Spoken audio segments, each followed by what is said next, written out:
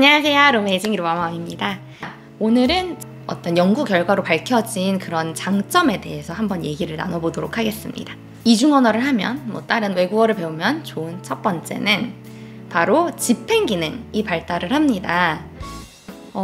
집행 기능 참 말이 어렵습니다. 집행 기능은 한마디로 뇌의 관제소 같은 역할을 하는 것입니다.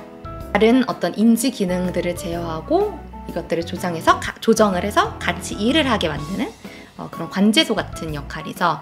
그래서 우리가 계획을 한다든지 주목할지 이렇게 주의 조절을 하고 문제 해결, 하나의 일에서 다른 일로 이렇게 전환을 하는 것을 도와줍니다. 이것과 관련 있는 뇌 부분은 바로 많이 들어보신 전두엽입니다. 전두엽!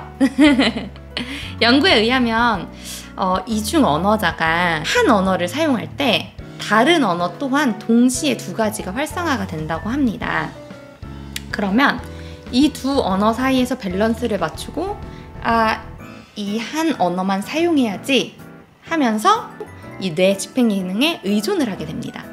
저를 예로 들자면 얘기를 하는데 이미 지금 이 얘기하는 도중에 두 가지 언어가 활성화가 되어 있는데 지금 한국어로만 얘기해야 돼. 영어 나오지 마. 거기 있어. 이런 거입니다. 이렇게 영어를 못 나오게 하고 하나만 나오게 하는 것. 이럴 때 집행 기능에 그 제어 기능을 사용하게 됩니다. 이렇게 넣어두는 것, 제어 기능이죠. 이 제어 기능을 테스트해 볼 수 있는 것이 바로 플랭커 테스트라고 하는 것입니다. 이 두 가지 정보 중에서 한 가지만 선택해서 봐야 되기 때문에 우리 제어 기능을 테스트할 수 있는 것입니다. 재미를 위해서 한번 준비해 보았습니다. Go!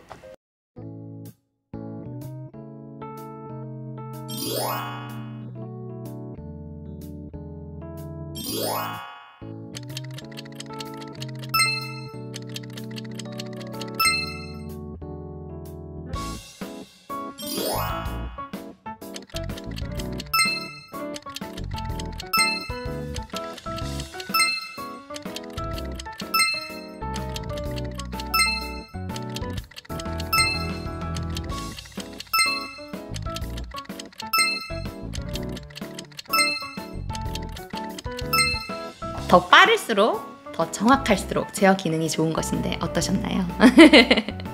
두 번째는 이제 이 언어를 왔다 갔다 하면서 사용을 해야 되고 이 두 가지 일이라고 할 수 있겠습니다. 영어와 한국어. 이 두 가지 일을 번갈아 가면서 하는 것에 능숙해지게 됩니다. 다른 말로 주의 전환에 능숙해지는 것이죠.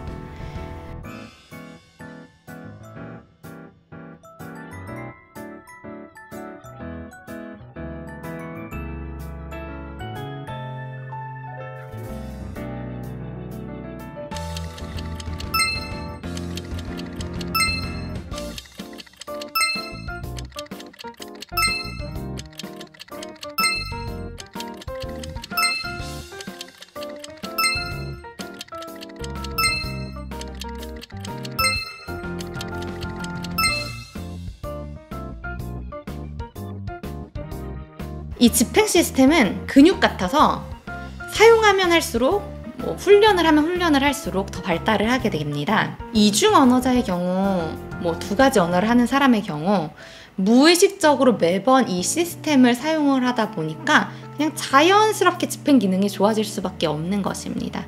다양한 연구에서 볼 수 있듯이 이중 언어자는 단일 언어자에 비해서 높은 집행 기능을 보였습니다. 뿐만 아니라 잠깐만 이중 언어에 노출된 후에도 집행 기능에 변화가 있었다는 연구 결과도 있습니다.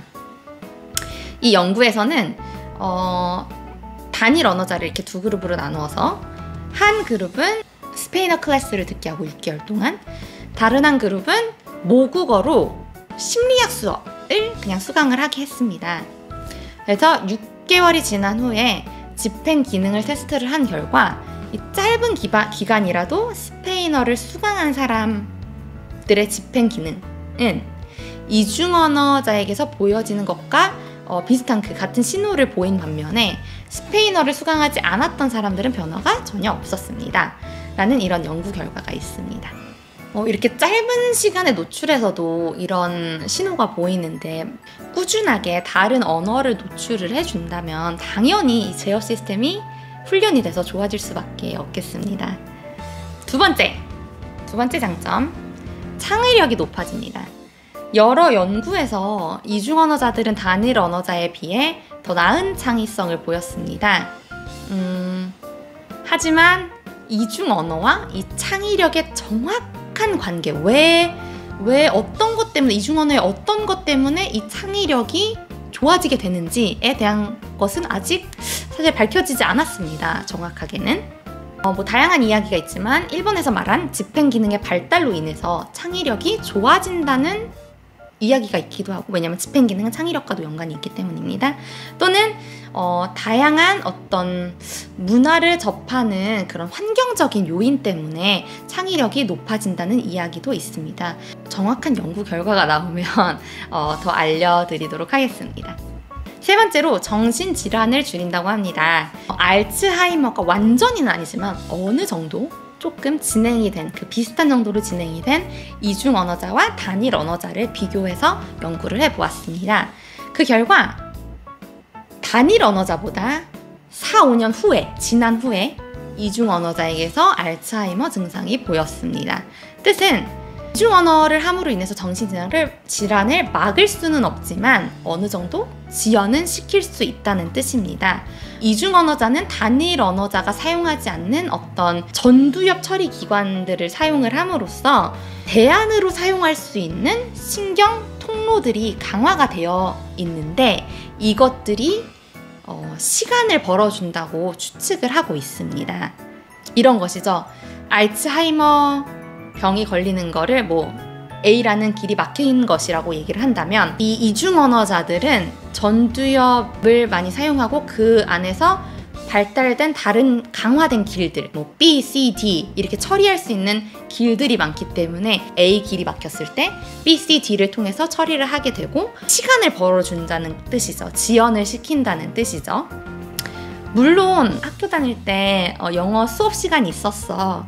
이때 배웠어. 이것만 가지고는 정신질환이 줄어드는 효과를 기대할 수는 없겠죠. 이 두 가지 언어를 지속적으로 오랫동안 사용을 할수록 더 많은 효과를 기대를 할 수 있겠습니다. 네, 오늘은 이렇게 전반적인 우리가 어떤 외국어를 할 때 인지기능에 관련해서 그런 장점에 대해서 얘기를 나눠보았습니다. 다음 시간에는 영유아 시기에 이 언어를 배울 때의 인지적인 장점에 대해서 한번 얘기를 나눠보도록 하겠습니다. 좋아요, 구독, 알림 설정 뿅!